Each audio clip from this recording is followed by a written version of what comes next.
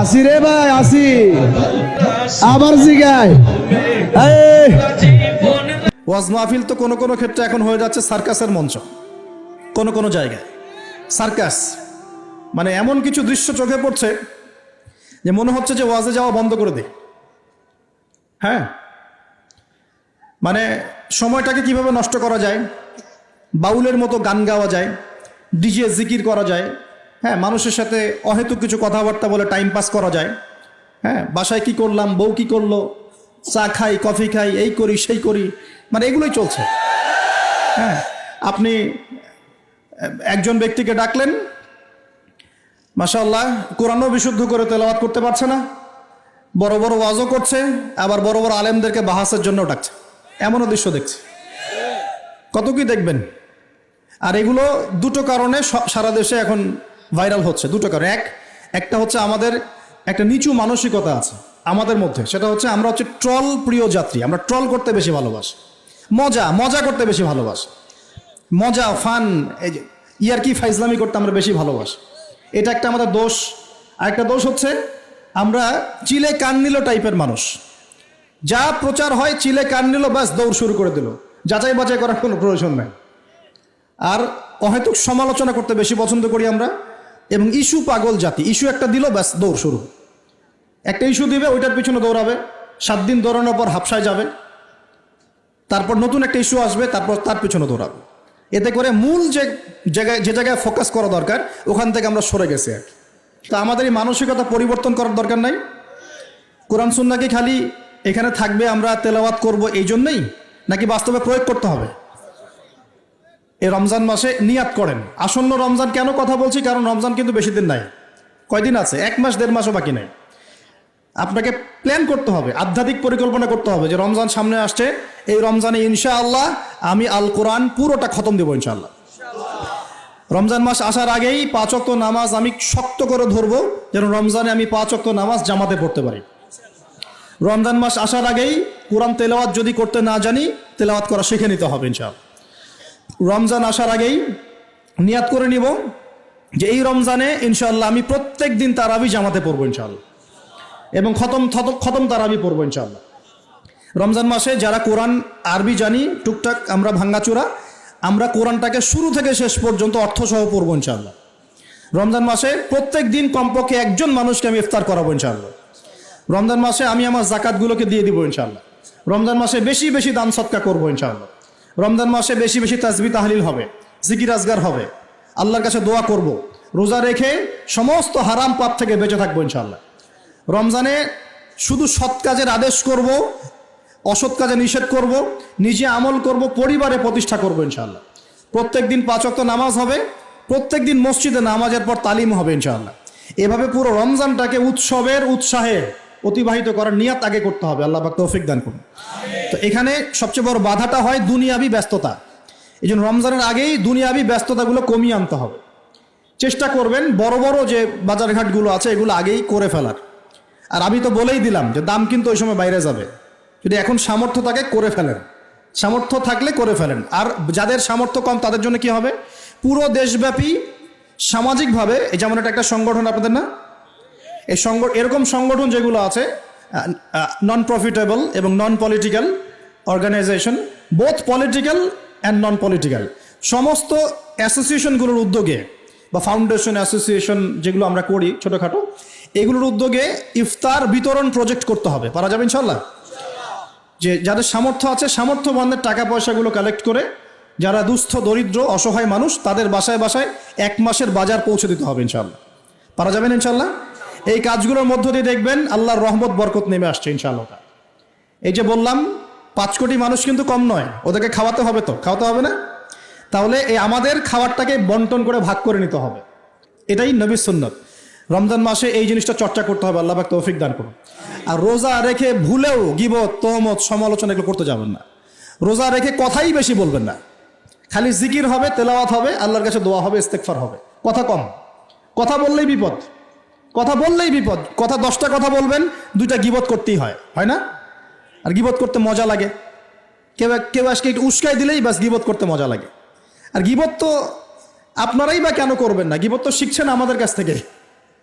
গীবত তো আপনারা আমাদের কাছ থেকেই শিখছেন। তা আমি আপনাদেরকে কি শিখাবো? আমরা আপনাদের কি শিখাইলাম? ওয়াজ মাহফিলে উঠে একজন বক্তা আরেকজন বক্তার গীবত না করলে ওয়াজ হয় না, এক আলেম আর এক আলেমের পিছনে হাত না দিলে ওয়াজ হয় না। তা আমি কি শিখাবো আপনাকে? আপনারা নিজেরা শেখেন, আমার দিকে তাকানোর দরকার, নিজেরাই শেখেন। প্রিয় ভাইরা, রমজান মাসে রোজা রেখে এই কাজগুলো করতে যাবেন। কথাই কম বলবেন, কথা বললেই বিপদ। মানুষ যদি দুটা গালি দেয় চুপ করে থাকেন, ও তার আমল নামা নিয়ে আল্লাহর সামনে দাঁড়াবে, আর কিয়ামতের মাঠে বহু নেকি ফ্রি পাওয়া যাবে। এটা কি জানেন? অনেক নেকি বিনামূল্যে ফ্রি আসবে আমল নামায়। কেন আসবে বলি হাদিসটা। নবী সাল্লাল্লাহু আলাইহি ওয়াসাল্লাম বলেছেন, তোমরা কি জানো সবচেয়ে বড় মিসকিনকে? দরিদ্র মানুষকে, মিসকিনকে। সাহাবীরা বলছেন, আমরা তো মনে করি যার সম্পদ কম সেই মিসকিন। নবীজি বলছেন, না, প্রকৃত মিসকিন সে ব্যক্তি নয়। প্রকৃত মিসকিন সে ব্যক্তি যে কিয়ামতের মাঠে উঠবে, উহুদ পাহাড়ের সমান নেকি নিয়ে উঠবে। উহুদ পাহাড় দেখেছেন তো? বিশাল পাহাড়। উহুদ পাহাড়ের সমান নেকি নিয়ে উঠবে। নামাজের নেকি, যাকাতের নেকি, হজের নেকি, ওমরার নেকি, বিভিন্ন নেকি। কিন্তু দেখবে সামনে বহু মানুষ দাঁড়িয়ে আছে। কেন দাঁড়িয়ে আছে? কারো কাছ থেকে টাকা নিয়েছে, টাকা শোধ করে নাই, কাউকে গালি দিয়েছে, কাউকে অন্যায়ভাবে অপবাদ দিয়েছে, কাউকে আঘাত করেছে, কারো উপর জুলুম করেছে, ইত্যাদি বিভিন্ন রকম মানুষের সাথে জড়িত পাপ ছিল। ঠিক আছে? কারো গীবত করেছে, কাউকে তহমত দিয়েছে, ইত্যাদি। এখন আল্লাহ পাক বলবেন, এই ব্যক্তির নেকির যে পাহাড় আছে, এখান থেকে নেকি নিয়ে ওদেরকে দিয়ে দাও। বলেন নাউজুবিল্লাহ। নেকি আস্তে আস্তে ট্রান্সফার হবে। এই যে আমরা যে ব্লুটুথ শেয়ার ইট, মনে আছে? ব্লুটুথ শেয়ার ইট পাস হয় যেভাবে, আল্লাহ পাকের প্রযুক্তি হবে আরো অনেক উন্নত। মুহূর্তের মধ্যেই নেকি ট্রান্সফার হয়ে যাচ্ছে। এরপর নেকি যেতে যেতে সব নেকি যদি শেষ হয়ে যায়, আল্লাহ না করুক, তখন আল্লাহ পাক ফেরেশতাদেরকে বলবেন, ওদের গোনাগুলো থেকে গোনাগুলো বেছে বেছে এর আমল নামে যুক্ত করো। বলেন নাউজুবিল্লাহ। এরপর এই ব্যক্তি এই বিশাল বিশাল নেকি অর্জন করার পরেও জাহান্নামে যেতে হবে। আল্লাহ পাক হেফাজত করুন আমাদেরকে, বলি আমিন। তো মানুষের সাথে জড়িত পাপটা খুব ডেঞ্জারাস। তো রোজা রাখার তাৎপর্য কি? যে আমরা যেন এই শিক্ষাটাকে সারা বছর ধরে রাখতে পারি। এই কারণেই রমজান মাসে রোজা রেখে জিকির হবে বেশি, তাসবিহ তাহলিল বেশি, কোরআন তেলাওয়াত বেশি, আমর বিল মারুফ নাহি আনিল মুনকার হবে, তার দার্স হবে, দিনের কথা হবে। যখনই বন্ধুরা মিলে বসবেন, চা খেতে বসবেন, কফি খেতে বসবেন, অলওয়েজ দিনই আলাপ করবেন, দুনিয়াবি আলাপ কম করবেন, দুনিয়াবি আলাপ বেশি করবেন না, প্রয়োজন যতটুকু এতটুকু দিনই আলাপ করবেন। কারণ মানুষ জান্নাতেও যদি চলে যায়, মানুষ জান্নাতে চলে গেলেও ওই সব সময়ের জন্য আক্ষেপ করবে, আফসোস করবে, দুনিয়াতে যেই সময় সে আল্লাহকে স্মরণ করে নাই, রাসূলের নামে দরুদ পড়ে নাই। তাহলে যদি কোনো জায়গায় বসে পড়ে আলোচনা করতে থাকেন, ওঠার আগে কমপক্ষে বলবেন, সুবহানাকা আল্লাহুম্মা বিহামদিকা আশহাদু আল্লা ইলাহা ইল্লা আনতা আস্তাগফিরুকা ওয়া আতুবু ইলাইক। কারণ কেন বলবেন? আল্লাহ রাসূল বলেছেন যে কোনো মানুষ বা কোনো কওম যদি একটা জায়গায় বসে আলোচনা করে, আলোচনা থেকে শেষ করা বৈঠকটা ভঙ্গের আগেই যদি তারা এই দোয়াটা পড়ে ওঠে, ওই বৈঠকে যদি কোনো ফাহেসা কথা হয়ে থাকে, এর গোনার কাফফারা হয়ে যাবে ইনশাআল্লাহ, গোনা মাফ হয়ে যাবে ইনশাআল্লাহ। আর যদি ওই বৈঠকে ভালো কোনো কথা হয়, ওই কথাগুলো কিয়ামতের মাঠে তার জন্য দলিল হবে ইনশাআল্লাহ। তো এই দোয়াটা পড়ার চর্চা করবেন। তো যেটা বলছিলাম, দেখেন, আমরা যদি একে অপরের খাবারগুলো ভাগাভাগি করি, জাকাতগুলো প্রদান করতে পারি, এবং রমজানের রোজাগুলো ঠিকঠাক রাখতে পারি, আল্লাহর বিধানগুলো ঠিকঠাক মানতে পারি, সমাজে দারিদ্রতা থাকবে না ইনশাআল্লাহ। আরেকটা অপশন হচ্ছে, এটা দিয়ে যে সব দূর হয়ে যাবে তা নয়, কারণ ক্ষতি এত বেশি হয়ে গেছে, ক্ষতি হতে হতে হতে এত বেশি হয়ে গেছে যে 1 বছর 2 বছর 3 বছরে মনে হয় না সব ক্ষতি পুষিয়ে নেওয়া যাবে। যারা অর্থনীতি বোঝেন তারা বুঝবেন। নামতে নামতে নামতে এমন একটা জায়গায় চলে আসছি যে হুট করে যে একদম সব ঠিক হয়ে যাবে, এটা চিন্তা করলে ভুল হবে। আরেকটা উপায় কি? উপায় হচ্ছে এই যে খাদ্যগুলোর উপর চাপ বাড়বে মার্কেটে, অতিরিক্ত খাদ্য আমদানি করা। কি করা? আমদানি করা। দুটো অপশন থাকে, এক আমদানি করা, আরেকটা হচ্ছে কৃষিভিত্তিকভাবে উৎপাদন করা, দুটো। তো আমরা রিপোর্টগুলো দেখছি যে কৃষিভিত্তিক প্রবৃদ্ধির হার কমে যাচ্ছে। কি হয়েছে? কমেছে। কৃষিভিত্তিক প্রবৃদ্ধির হারটা কমেছে, আর আমদানিটা মোটামুটি কিছুটা বিপর্যস্ত হয়েছে। কারণ ডলার সংকট। কিসের সংকট? ডলার। এটা জানেন তো নাকি? আচ্ছা, রিপোর্ট তো পড়েন, পেপার পত্রিকা তো পড়েন নাকি? সংকট হলে কি হয়? সংকট হলে এলসি কমে যায়। মানে মনে করেন আপনি একজন ব্যবসায়ী, পণ্য আমদানি করেছেন, আর পণ্যগুলো যে আপনি খালাস করবেন, বন্দর থেকে নামাবেন, তা আপনাকে তো একটা চার্জ দিতে হবে না? এখন আপনার কাছে চার্জ দেওয়ার মতো ডলার নাই, কি করবেন? তাহলে পণ্য ওই বন্দরে পড়ে থাকবে। অনেক পণ্য বন্দরে পড়ে আছে, নামাইতে পারতেছে না।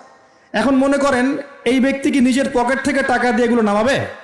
না। কি করবে তাহলে? ওই পণ্যের উপর সে দাম বাড়িয়ে দিবে, যাতে করে এই টাকাটা জনগণের কাছ থেকে তুলে সে শোধ করতে পারে। এগুলো ইকোনমিক্স, বেসিক ইকোনমিক্স। এগুলো পড়তে আপনার আহামরি অর্থনীতিবিদ হতে হয় না। কথা কি বুঝতে পারছেন?